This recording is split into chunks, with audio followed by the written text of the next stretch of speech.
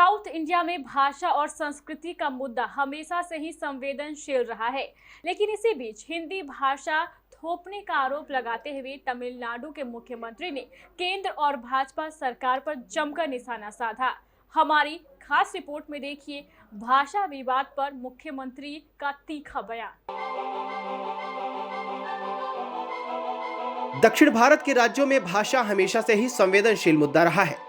वह अपनी भाषा को राष्ट्रीय पटल पर प्रमुखता से महत्व देना चाहते हैं। वहीं हिंदी भाषा की पढ़ाई और उपयोगिता के मुद्दे पर हमेशा से ही साउथ इंडिया के राजनेताओं ने खुलकर सरकार का विरोध किया है।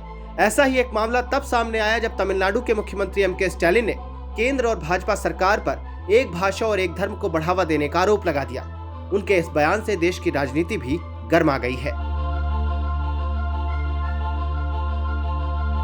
केरल के त्रिशूर में आयोजित एक कॉन्क्लेव को चेन्नई से वर्चुअली संबोधित करते हुए तमिलनाडु के मुख्यमंत्री एम.के. स्टालिन ने भाजपा सरकार पर जमकर निशाना साधा। स्टालिन ने कहा कि भारत पर एक भाषा, एक धर्म और एक संस्कृति थोपना संभव नहीं है। उन्होंने कहा कि जो लोग एक भाषा और एक धर्म को बढ़ावा देने वाली हमारी एकता को तोड़ने की कोशिश कर रहे हैं, वे भारत और भारतीयों के दुश्मन हैं। इस दौरान स्टालिन ने डीएमके सहित 27 सदस्यों को निलंबित करने की कार्यवाही पर भी सवाल उठाए।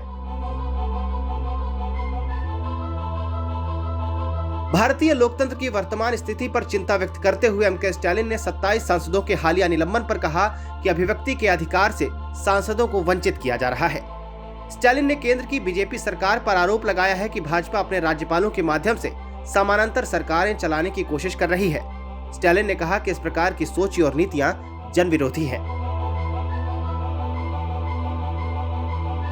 दरअसल भारत अनेकता में एकता का देश है। इस बात पर प्रकाश डालते हुए एम.के. स्टालिन ने कहा कि एक भाषा, एक धर्म और एक संस्कृति को थोपने वाले भारत की एकता के दुश्मन हैं। आप कभी भी एकरूपता से एकता हासिल नहीं कर सकते हैं।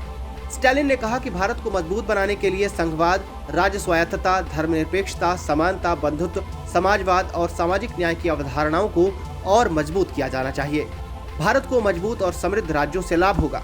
मजबूत, सशक्त और आत्मनिर्भर राज्य भारत की ताकत है, इसकी कमजोरी नहीं। इस दौरान कार्यक्रम में मौजूद केरल के मुख्यमंत्री पिनराई विजयन की तारीफ करते हुए स्टालिन ने कहा कि तमिलनाडु में डीएमके और सीपीआईएम के बीच गठबंधन वैचारिक है, न कि सिर्फ चुनावी गठजोड़। विपक्षी पार्टियों के द्वारा हमेशा से ही भाजपा पर संघवाद के सिद्धांत पर चलने का आरोप लगाया जाता है। यही आरोप स्टालिन ने लगाते हुए कहा कि भारत को अखंड बनाने के प्रयासों को स्वीकार किया जाना चाहिए। इसके लिए सभी को आगे आना होगा। सीएम ने कहा कि आज भारतीय लोकतंत्र की स्थिति यह है कि बोलने के अधिकार से सांसदों को स्वयं वंचित किया जाता है। डीएमके के सदस्यों सहित 27 सांसदों को निलंबित कर दिया गया है। संसद में भी बोलने का कोई अधिकार नहीं है, जो कि राय व्यक्त करने का एक मंच है। Bureau report, KBC news.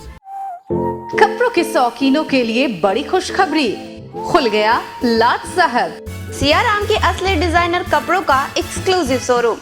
Designer shirt, designer pant के साथ साथ डिजाइनर शर्टिंग एवं डिजाइनर सूटिंग भी। भरी गर्मी में ठंडक पहुंचाने वाले कपड़ों की तो बात ही कुछ और है। साथ ही बेहतरीन टेलरिंग की सुविधा भी उपलब्ध। लाट साहब, अब होगा आपके डिजाइनर कपड़ों का शौक पूरा। पता पानी टंकी चौक के दक्षिण कटिहार। Mobile number 7488 36799। हर खरीद पर मिलेगा बेहतरीन उपहार। तो आइए लाट साहब बनिए लाट साहब।